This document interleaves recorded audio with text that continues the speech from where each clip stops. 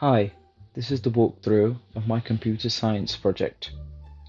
I have chosen to build a currency converter and a travel advisor, and today I'm going to show you the features that come with it. Firstly, let's look at the convert option. This could be useful if you wanted to know what the exchange rate was, or if you were choosing to send money abroad. Firstly, the user is prompted to choose a currency pair, and let's say I picked GBP EUR.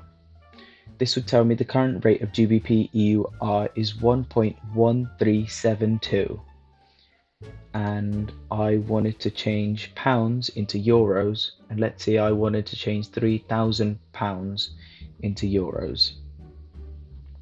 I just simply have to click calculate, and it would tell me it's 3,411 euros and 60 cents.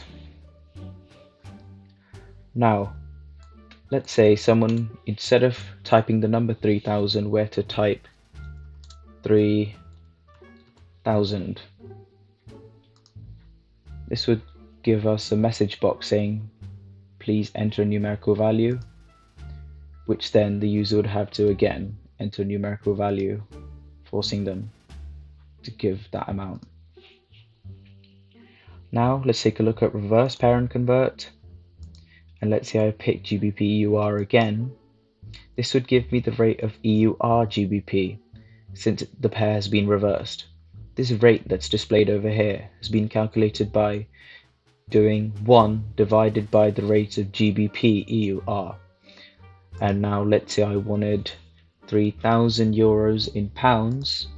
This would be £2,638.20. Now, if someone were to do the same thing again,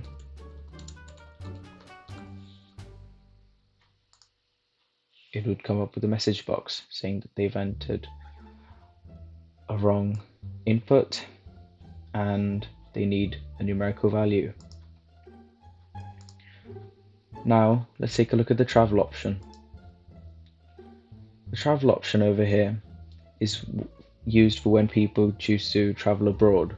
The home currency would be for where you're traveling from. In this case, it would be GBP for me. And over here, I'm going to set it to be CAD. And let's say I wanted to spend £2,000 if I were to travel to Canada. And I'd click calculate. Right, now there's a lot of stuff that's come up here, so I'm going to explain everything bit by bit. So the price movement has been calculated by looking at the average rate of this chosen currency, GBP CAD. This has been calculated by looking over the past 30 days of the close values of this currency pair and finding a mean value from those close values. And the current rate has been found by looking at the most recent price on the close value. And the constant average has been found by multiplying 2000 by the current rate. And the constant current has been calculated by doing 2000 multiplied by the current rate. And your savings has been calculated by doing your cost on average minus your cost in current. And then, as we can see, you can save almost £17 here, so therefore it's a good time to pay for your travel. If I were to pick a different currency, there are some currencies that don't exist within Yahoo Finance. For example, the Brazilian real compared to the Canadian dollar. It would say there's no data found, or the symbol may be delisted. Therefore, we'd have to pick a different currency pair. As we can see over here, the price movement is not that much. It is negative, but it's less than 1%.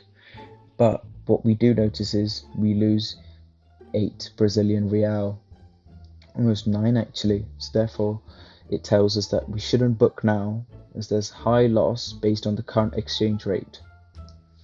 Now, if we were to look at JPY GBP tell us again that it's a good time to pay for our travel, but then there are some instances within some pairs that we pick where it tells us that there are minute savings or minute losses, so therefore it wouldn't really matter. Just trying to find a pair that shows that.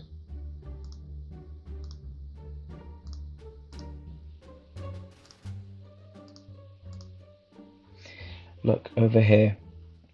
As we can see, there's minute savings or loss based on the current rate. Although the price might say 0 over here, it just keeps going on and on, so therefore that could be a decimal point where the number changes further along the line. And then this button over here takes us back to the main menu, and quit is just a function that destroys the entire GUI.